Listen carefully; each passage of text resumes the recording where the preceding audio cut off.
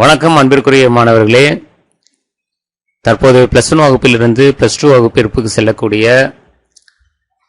12ஆம் வகுப்பு மாணவர்களே, நம்ம கெமிஸ்ட்ரியில் வால்யூம் 1 அப்படிங்கிறத டிஸ்கஷன் பண்ண போகிறோம் இனிமேல். ஸோ கெமிஸ்ட்ரியில் பார்த்தீங்கன்னா ஃபர்ஸ்ட் வால்யூமில் 7 லெசன்ஸ் இருக்குது. மெட்டலர்ஜி, அடுத்தது பி பிளாக் எலிமெண்ட்ஸ் 1, இது ரெண்டுத்தையும் ஜூன் மாதத்துக்குள்ளேயே நம்ம முடிச்சாகணும். அடுத்தது பி பிளாக் எலிமெண்ட்ஸ் 2, இது வந்து 3rd லெசன், இது ஜூலை மந்த்ல முடிச்சிடணும். 4th lesson transition and inner transition elements, இது ஆகஸ்ட்ல இருக்கு. 5th லெசன் கோஆர்டினேஷன் கெமிஸ்ட்ரி, இது அக்டோபர்ல முடிச்சிடணும். 6th லெசன் சாலிட் ஸ்டேட், இது ஜூன் மந்த். அப்ப ஜூன் மந்த்ல பாத்தீங்கன்னா metallurgy, P block elements 1, solid state 3 lesson முடிச்சிடணும். 7th லெசன் வந்து கெமிக்கல் கைனடிக்ஸ், இது ஜூலைல முடிச்சிடணும். ஸோ நம்ம என்ன பண்ணணும், புக் பேக் 1 மார்க் கொஸ்டின்ஸ் நல்லா பார்த்துக்கணும். அதுக்கப்புறம் வந்து புக் இன்டீரியரா 1 மார்க் கொஸ்டின்ஸ் பார்த்துக்கணும்.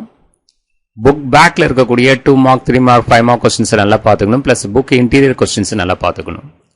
70 out of 70 எடுக்கணும் அப்படின்னா கீ பாயிண்ட்ஸை நல்லா ஞாபகம் வச்சுக்கணும். சரிங்களா? ஃபர்ஸ்ட் லெசன் பார்த்தீங்கன்னா யூனிட் 1 மெட்டலர்ஜி, தமிழ் என்ன சொல்லுவாங்கன்னா உலோகவியல் அப்படின்னு சொல்லுவாங்க. இதுல வந்து மினரல் ஓர், இந்த டிஃபரன்ஸ் வந்து ரொம்ப அதிகமா கேட்கறாங்க. டிஸ்டிங்கிஷ், ஏன் இந்த தடவை பப்ளிக் கொஸ்டின்ல கூட டிஸ்டிங்கிஷ் மினரல் அண்ட் ஓர் அப்படின்னு சொல்லிட்டு ஒரு கொஸ்டின் வந்திருக்கு. ஸோ அதை டிஸ்டிங்கிஷ் பண்ணும்போது இது 3 மார்க்ல கேட்கறாங்கன்னா கம்பல்சரியா 3 பாயிண்ட் எழுதணும். எனி 3 பாயிண்ட்ஸ் தான் இந்த தடவை பப்ளிக்ல கேட்டாங்க. சரிங்களா? அதாவது 5 மார்க்ஸை ஸ்பிளிட் பண்ணி கேட்டாங்க. ஒரு 2 மார்க்காவும் ஒரு 3 மார்க்காவும். அந்த 3 மார்க்ல இந்த மினரல் ஓர் டிஸ்டிங்கிஷ் அப்படின்னு வந்திருக்கு. பல முறை பப்ளிக்ல மினரல் ஓர் டிஸ்டிங்கிஷ் 2 மார்க்ல கேட்டிருக்காங்க, 3 மார்க்ல கேட்டிருக்காங்க. இந்த பப்ளிக்ல நடந்து முடிந்த 2024 மார்ச்ல நடந்து முடிந்த எக்ஸாம்ல பாத்தீங்கன்னா டிஸ்டிங்கிஷ் மினரல் ஓர் அப்படிங்கறத 5 மார்க்ல இந்த ஒரு கொஸ்டினை கேட்டிருந்தாங்க. இதுக்கு 5 மார்க் இல்ல, ஸ்பிளிட் பண்ணிருந்தாங்க. இதுக்கு ஒரு 3 மார்க், இன்னொரு கொஸ்டினுக்கு 2 மார்க் அப்படி வந்துச்சு. ரொம்ப சிம்பிளா சொல்றதா இருந்தா மினரல் அப்படின்னா என்ன, அதாவது இதுல உலோகம் இருக்கும் ஆனா கம்மியா இருக்கும். லோ அமௌண்ட் ஆஃப் மெட்டல்ஸ் இருக்கும். ஓர் அப்படின்னு பாத்தீங்கன்னா இதுல வந்து உலோகம் இருக்கும், அந்த உலோகத்தோட பெர்சன்டேஜ் மினரலோட அதிகமா இருக்கும். ரைட். இந்த ஓரை நம்ம என்ன சொல்லலாம்னா மினரல்னு சொல்லலாம். சரிங்களா? ஆனா மினரலை நம்ம என்ன சொல்ல முடியாது, ஓர்னு சொல்ல முடியாது. இது ஒரு முக்கியமான பாயிண்ட். அடுத்தது ஒரு அலுமினியம் சம்பந்தப்பட்ட ஓர் எடுத்துக்கிட்டீங்கன்னா பாக்சைட், அதுல அலுமினியம் நிறைய இருக்கும். அதே மாதிரி அலுமினியம் சம்பந்தப்பட்ட மினரல் எடுத்துக்கிட்டீங்கன்னா சைனா கிளே, அதுல அலுமினியம் லோ பர்சன்டேஜ்ல இருக்கும். லோ பர்சன்டேஜ்ல இருக்கிறத எடுக்க முடியாது, ஹை பர்சன்டேஜ்ல இருக்கக்கூடிய மெட்டலை எடுக்க முடியும். அதனால பாக்சைட்ல இருந்து அலுமினியத்தை எக்ஸ்ட்ராக்ட் பண்ண முடியும், மினரல் சைனா கிளேல இருந்து அலுமினியத்தை எக்ஸ்ட்ராக்ட் பண்ண முடியாது. சோ இதான் difference between the mineral and ore. So mineral அப்படின்னு பாத்தீங்கன்னா நேச்சுரலி அக்கரிங் சப்ஸ்டன்ஸ், இயற்கையாவே கிடைக்கிறது. obtained by mining which contains the metal in free state or in the form of compounds like oxides, sulfides, etc. is called as a mineral.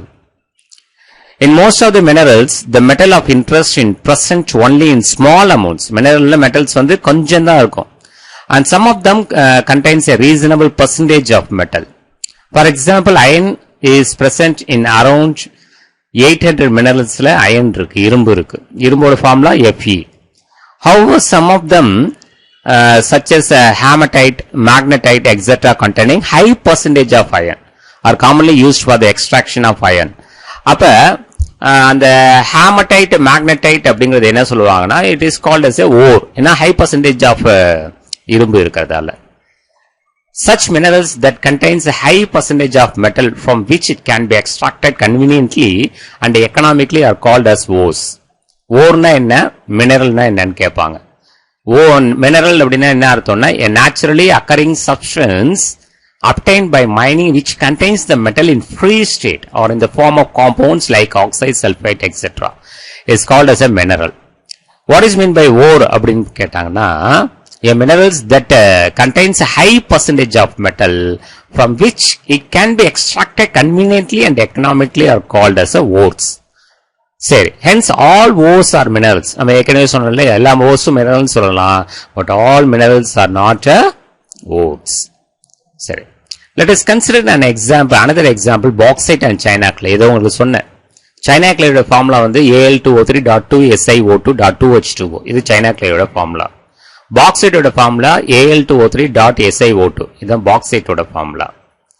So பாக்சைட்ல இருந்து அலுமினியத்தை extract பண்ண முடியும், China கிளேல இருந்து அலுமினியத்தை extract பண்ண முடியாது, ஏன்னா low percentage amount of metals இருக்கிறதால. அப்ப China clay அப்படிங்கிறது ஒரு மினரல், பாக்சைட் அப்படிங்கிறது it is called as a ore. Both are minerals of aluminum. However, aluminum can be commercially extracted from bauxite, while extraction of China clay is not possible. சரிங்களா? It is not a profitable one. Hence, the mineral bauxite is an ore of aluminum, while China clay is not. It is a mineral. சரிங்களா? இது ரொம்ப இம்பார்ட்டண்டா கேக்குறது. The extractions of a metal of interest from its ore consists of the following metallurgical process. The extractions of a metal of interest from its ore consists of the following metallurgical process. என்னென்ன metallurgical process இருக்கு அப்படின்னு கேட்பாங்க. Concentrations of the ore, அதாவது எடுத்த ஓரை கழுவுறது, concentration. Extractions of crude metal, அந்த concentration, அந்த கழுவுன அந்த ஓர்ல இருந்து மெட்டலை எடுக்கிறது. அப்புறம் refining of the crude metal, அந்த எடுத்த மெட்டல் இம்பியூரா இருக்கும், அதை பியூர் பண்றது. இந்த 3 மெத்தட் தான் மெட்டலர்ஜிக்கல் ப்ராசஸ். கேட்பாங்க 2 மார்க்ல. பரவாயில்ல, metallurgical process only 3: concentration, extraction of crude metal, refining of crude metal. Concentration அப்படின்னா என்ன அர்த்தம்னா, கிடைக்கிற ஓர் வந்து இம்பியூரா இருக்கும், அதுல இருக்கிற டஸ்டை நீக்கிறதுக்கு நம்ம அதை வந்து என்ன பண்ணணும், கழுவணும். அதுல நிறைய ப்ராசஸ் இருக்கு. ஸோ ஜென்ரலா சொல்றேன், அந்த கழுவுறது தான் வந்து கான்சன்ட்ரேஷன். அந்த ஓரில் இருந்து மெட்டலை, இம்பியூர் மெட்டல் எடுக்கிறது தான் எக்ஸ்ட்ராக்ஷன். அந்த இம்பியூர் மெட்டலை பியூரா மாத்துறது தான் ரீஃபைனிங் அப்படின்னு பேரு. சரிங்களா? இதை பாருங்க ஸ்டூடெண்ட்ஸ், வெரி இம்பார்ட்டன்ட் ஒன். 1 மார்க்ல கண்டிப்பா கேட்பாங்க. அலுமினியம், இதோட இம்பார்ட்டன்ட் ஓர் வந்து பாக்சைட்.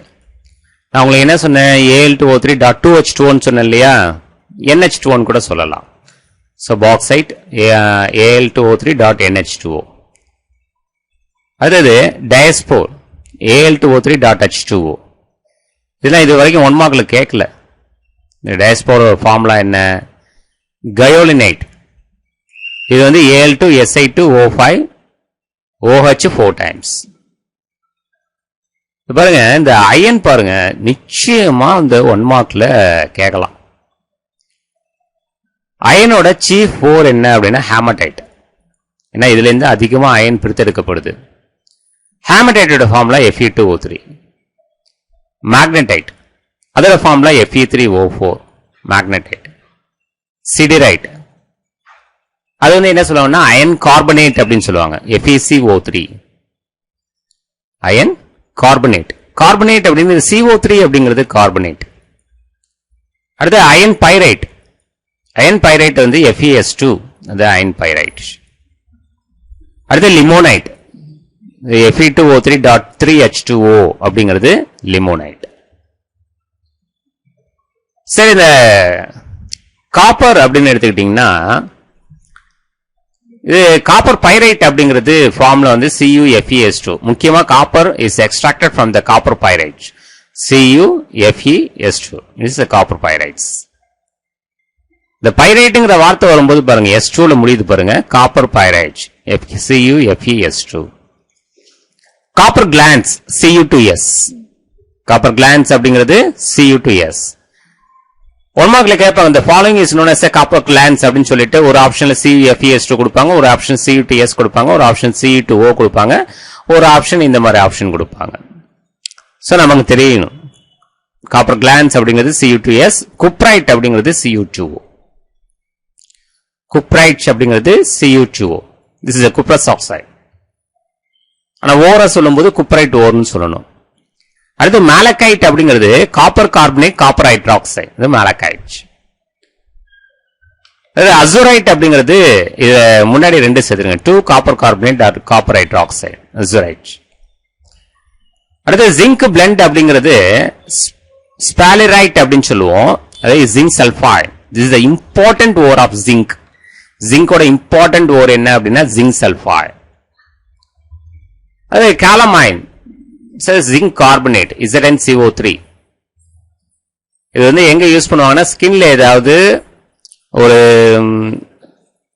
முகத்துல பரு வந்துச்சுன்னு வச்சுங்களேன், அதுக்கு ஆயின்மெண்ட்ல ஜிங்க் கார்பனேட் அப்படிங்கிறது இருக்கும். அது ஜிங்கைட் ZnO. இது இம்பார்ட்டன்டா கேட்கறாங்க. ஜிங்கைட் அப்படிங்கிறது ZnO.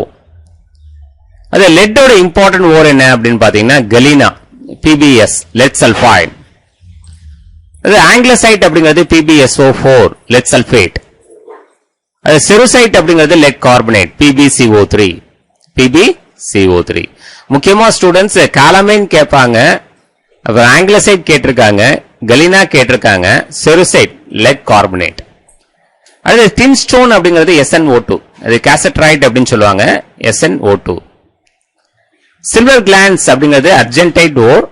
அது சில்வரோட முக்கியமான ஓர். சில்வர் கிளான்ஸ் அப்படிங்கிறது Ag2S. டின்னுக்கு முக்கியமான ஓர் வந்து டின் ஸ்டோன் SnO2. அதாவது ரூபி சில்வர் அப்படிங்கிறது Ag3SbS3. அது பைரார்ஜிரைட் அப்படின்னு சொல்லுவாங்க. அடுத்து ஹார்ன் சில்வர் எனப்படுவது which is known as horn silver அப்படின்னு கேட்பாங்க. Silver chloride AgCl குளோரார்ஜிரைட். அது ஸ்டெஃபினைட் அப்படிங்கிறது Ag5SbS4. ப்ரோஸ்டைட் அப்படிங்கிறது Ag3AsS3. டியர் ஸ்டூடெண்ட்ஸ், இங்க பாங்க கான்சென்ட்ரேஷன் ஆஃப் த ஓர்ஸ் அப்படின்னா என்ன அர்த்தம்? அந்த ஓர்ல இருக்கக்கூடிய இம்பியூரிட்டிஸ், அதுக்கு பேர் தான் என்ன சொல்லுவாங்கன்னா கேங் அப்படின்னு சொல்லுவாங்க. அதை ரிமூவ் பண்ணக்கூடிய ப்ராசஸ்க்கு பேர் தான் கான்சென்ட்ரேஷன் அப்படின்னு அர்த்தம். ஓர்ல என்ன இருக்கு? இம்பியூரிட்டிஸ் இருக்கு. அந்த இம்பியூரிட்டிஸ் இன்னொரு பேரு கேங்னு பேரு. அந்த கேங்க ரிமூவ் பண்ணக்கூடிய ப்ராசஸ்க்கு பேர் தான் கான்சென்ட்ரேஷன் அப்படின்ட்டு இருக்கு. சரி, it increases the concentration of the metal of interest of its compounds of the ore in the ore. Several methods are available for this process. இந்த concentration நிறைய process இருக்கு, நிறைய மெத்தட் இருக்கு. அதை நம்ம எப்படி சாய்ஸ் பண்ணலாம் அப்படின்னு பாத்தீங்கன்னா, it depend on the nature of the ore, type of impurity. அந்த ஓரோட நேச்சர், அதாவது அது சல்ஃபைட் ஓரா ஆக்சைடு ஓரா அப்படிங்கறத பத்தியும், அதுல என்ன இம்பியூரிட்டிஸ் இருக்கு அப்படிங்கறத பத்தியும் பொறுத்தும் நம்ம அந்த கான்சன்ட்ரேஷன் மெத்தட் யூஸ் பண்ணிக்கலாம். சரிங்களா? சம் ஆஃப் த கான்சன்ட்ரேஷன் மெத்தட்ல ஒரு இது வந்து பாத்தீங்கன்னா கிராவிட்டி செப்பரேஷன் மெத்தட் அப்படின்னு இருக்கு, அல்லது ஹைட்ராலிக் வாஷ் அப்படின்னு ஒரு மெத்தட் இருக்கு. ஸோ இன்னொன்று வந்து பாத்தீங்கன்னா froth flotation process, electro magnetic separation, இந்த மாதிரி நிறைய மெத்தட்ஸ் இருக்கு. வணக்கம் மாணவர்களே. Gravity separation or hydraulic wash, very important 3 mark question. இந்த மெத்தட்ல ஆக்சைடு ஓரை கான்சன்ட்ரேஷன் பண்ணுவாங்க. இது ஆக்சைடு ஓர். அதுக்கு எக்ஸாம்பிளா ஹேமடைட், டின் ஸ்டோன், இதெல்லாம் நம்ம உதாரணமா சொல்லலாம். இந்த மெத்தட்ல பாருங்களேன், இந்த மாதிரி ஒரு ஸ்லோப் இருக்கும், இந்த மாதிரி ஸ்லோப் இருக்கும். அந்த ஆக்சைடு ஓரை மேலே வச்சிருவாங்க. இங்க வந்து வேகமா வாட்டர் சேர்ப்பாங்க, தண்ணி. அப்படி தண்ணி சேர்க்கும் போது என்ன ஆகும்னா, இந்த ஓர்ல இருக்கக்கூடிய அந்த இம்பியூரிட்டிஸ்லாம் கீழே வந்துடும். அந்த ஓர் மட்டும் அப்படியே இருக்கும். இந்த கிராவிட்டி செப்பரேஷன் மெத்தட் பாருங்க. in this method the ore having high specific gravity is separated from the impurity, that is gang, that has low specific gravity, by simply washing with running of water. Ore is crushed to a finely powdered, நல்ல finely powdered ஆக்கி form and treated with rapidly flowing current of water. இங்க மேல current off water, வேகமா கரண்ட்டை, அதாவது வாட்டரை செலுத்துறோம். இந்த ப்ராசஸ்ல இந்த லைட்டர் கேங், அந்த லைட்டர் இம்பியூரிட்டிஸ் பார்ட்டிகல்ஸ் வந்து are washed away by the running of water. The impurity particles வெளில வந்துடும். In the method is generally applied to concentrated the native ores such as gold and oxide ores such as hematite and tinstone, etc. So இதான் வந்து gravity separation method அல்லது hydraulic wash அப்படின்னு நம்ம சொல்லலாம். வணக்கம் மாணவர்களே. இந்த froth flotation process, ஸோ இந்த மெத்தடு எதுக்கு யூஸ் பண்ணுவாங்க அப்படின்னா சல்ஃபைடு ஓரை கான்சென்ட்ரேட் பண்ணுறதுக்கு. அதுக்கு என்ன sir example? Galena, PBS, zinc sulphide, zinc blende, இதெல்லாம் உதாரணமாக சொல்லலாம். In this method, the metallic ore particles which are preferentially wetted by ஒரு oil, சரிங்களா, can be separated from the impurity. இந்த மெத்தட்ல ஓரை நல்லா கிரஷ் பண்ணிட்டு அதுக்கப்புறம் ஓரோட வாட்டர், அதுக்கப்புறம் பைன் ஆயில், அது யூக்கலிப்டஸ் ஆயில். அப்போ எப்படி? ஓரு, வாட்டர், பைன் ஆயில், அதுதான் ஃப்ராத்திங் ஏஜென்ட். இந்த பைன் ஆயில் தான் என்னன்னா ஃப்ராத்திங் ஏஜென்ட், நுரை உண்டாக்கும் காரணி. அதுக்கப்புறம் கலெக்டர், அப்போ ore plus water plus pine oil, that is frothing agent. அப்புறம் collector, that is sodium ethyl xanthate. இதெல்லாம் சேர்க்கணும், நல்லா வேகமாக கலக்கணும். நீங்கள் கலக்கினீங்கன்னா இந்த மாதிரி நுரை உண்டாகும்.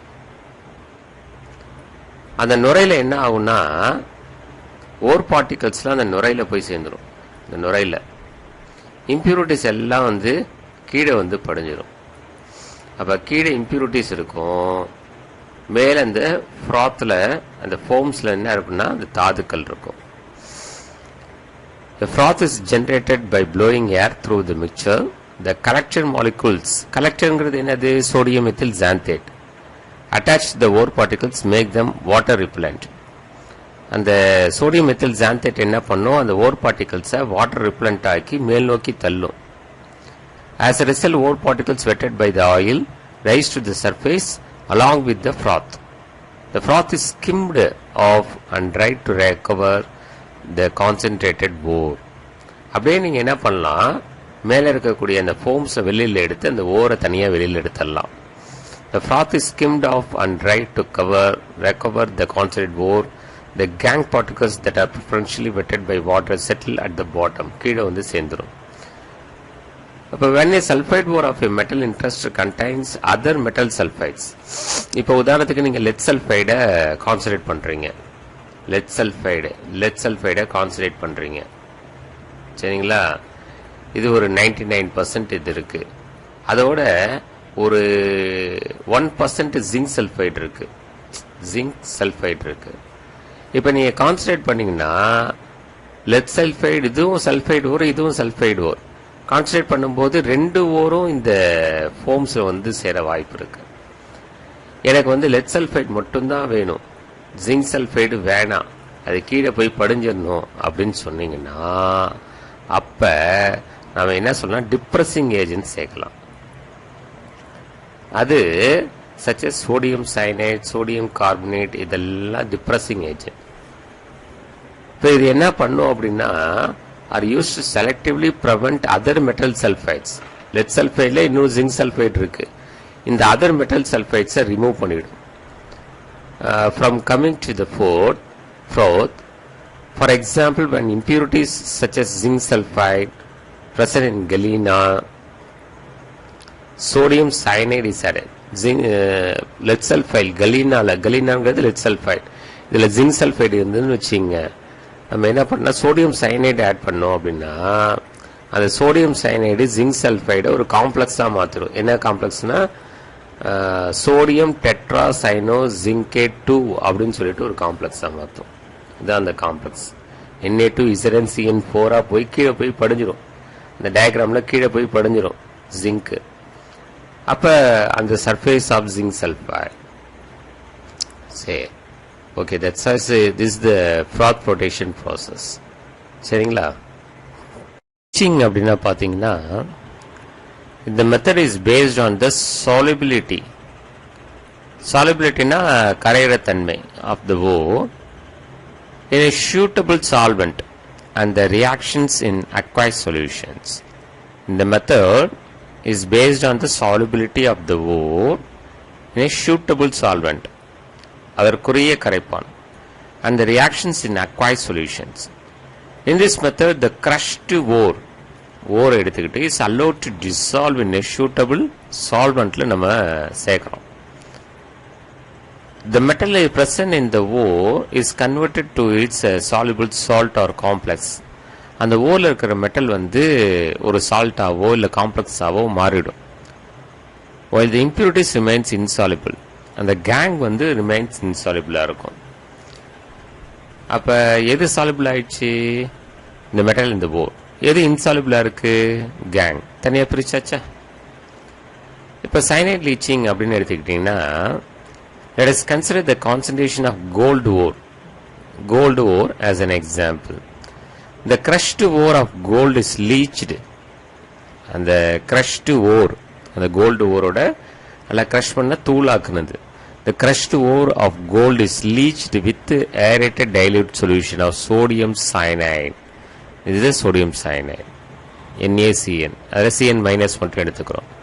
Sodium cyanide, gold is converted into a soluble cyanide complex. Gold வந்து இந்த மாதிரி காம்ப்ளெக்ஸா மாறும். The gang aluminosilicate remains insoluble. இப்போ அந்த இம்பியூரிட்டின்னு சொல்லக்கூடிய அலுமினோசிலிகேட் வந்து இன்சாலிபிளா இருக்கும். சரி, இதில் பாருங்க, இந்த இதில் 4 gold AU plus 8 CN minus plus oxygen செலுத்துறோம் வித் வாட்டர்.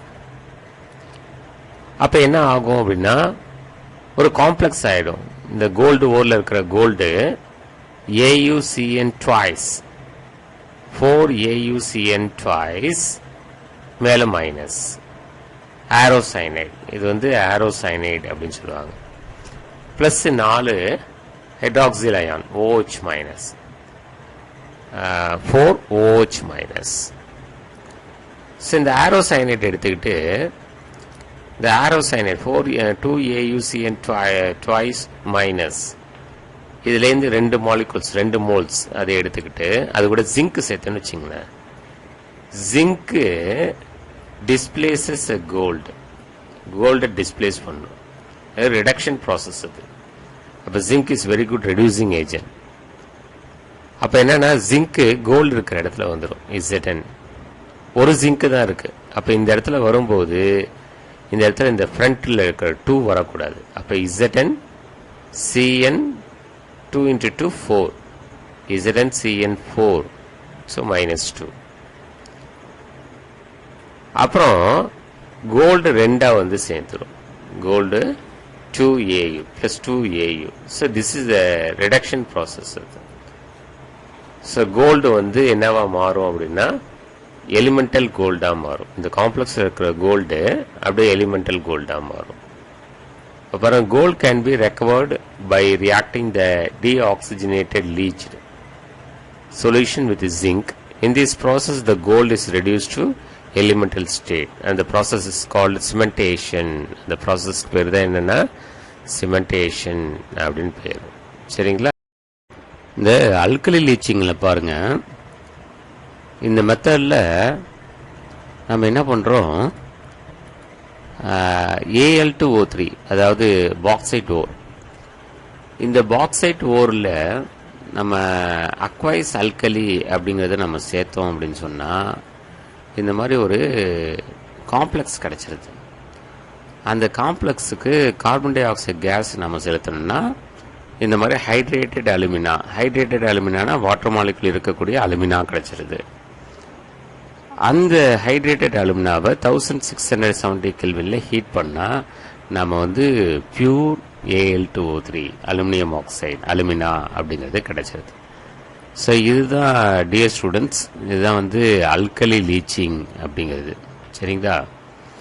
இப்போ இதில் பாருங்க, இந்த மெத்தட்ல ஓர் எடுத்துக்கிட்டு is treated with aqueous alkali. இதான் aqueous alkali, sodium hydroxide and H2O to form a soluble complex. இந்த மாதிரி ஒரு சாலிபிள் காம்ப்ளெக்ஸ் ஃபார்ம் ஆகுது.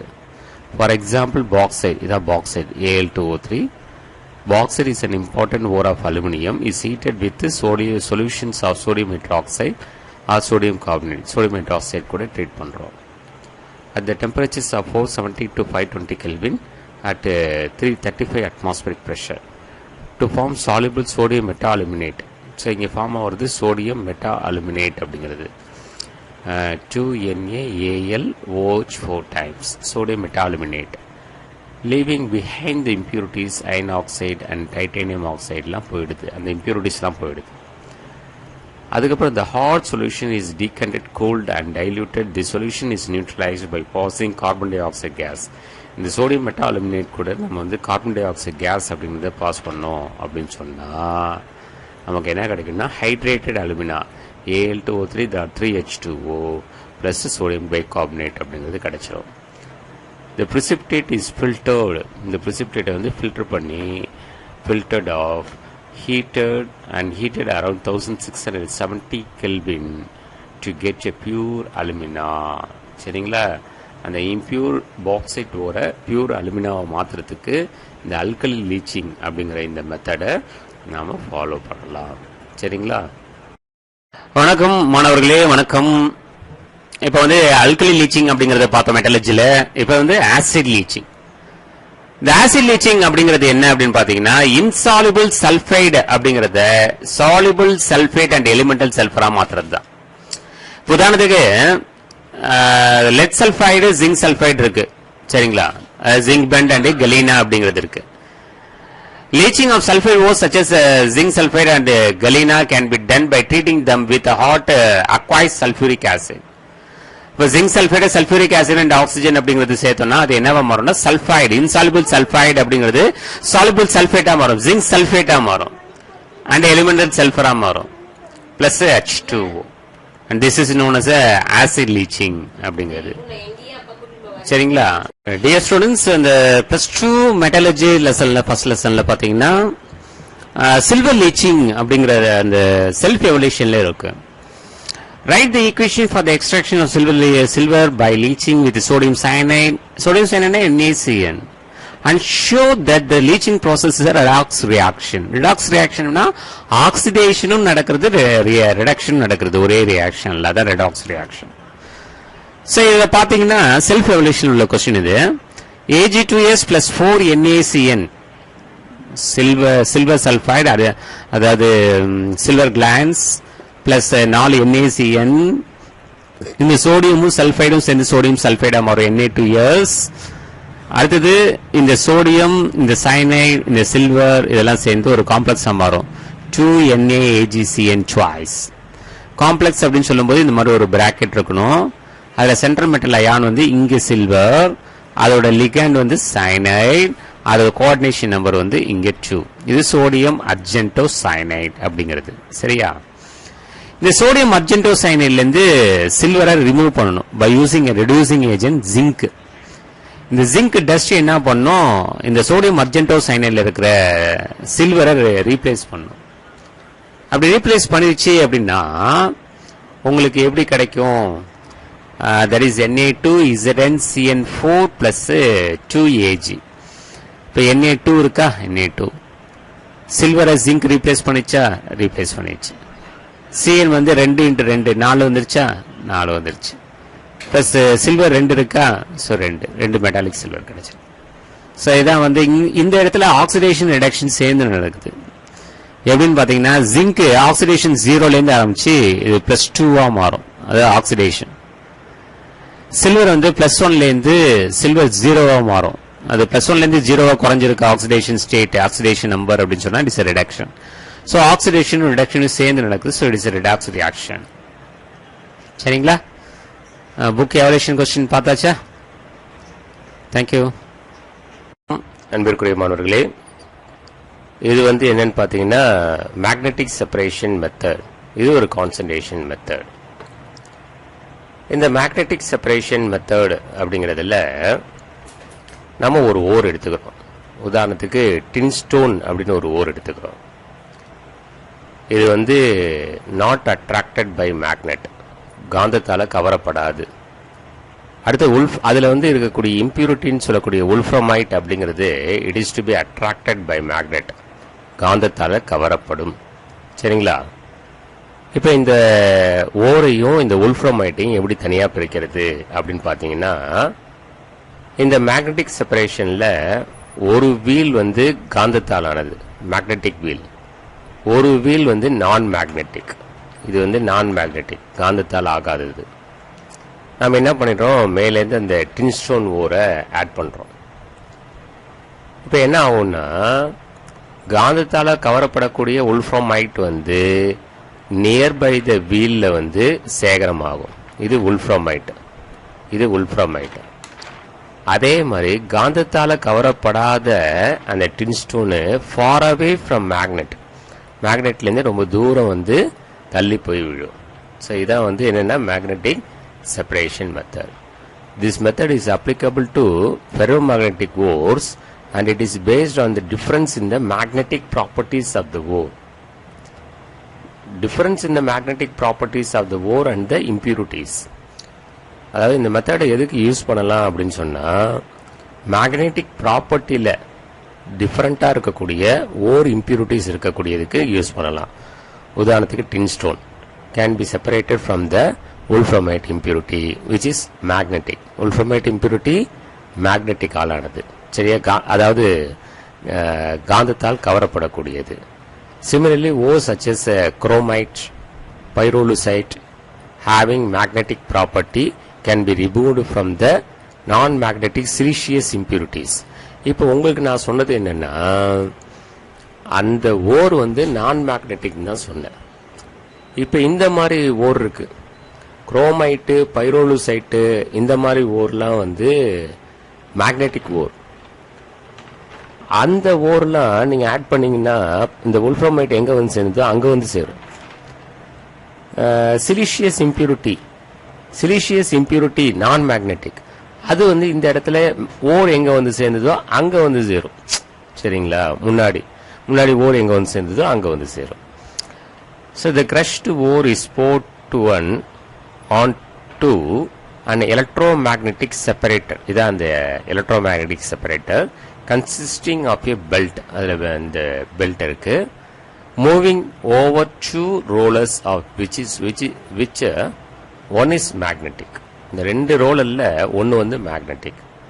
The magnetic part of the ore is attracted towards the magnetic and falls as a heat close to the magnetic region, while non-magnetic part falls away from it as shown in figure.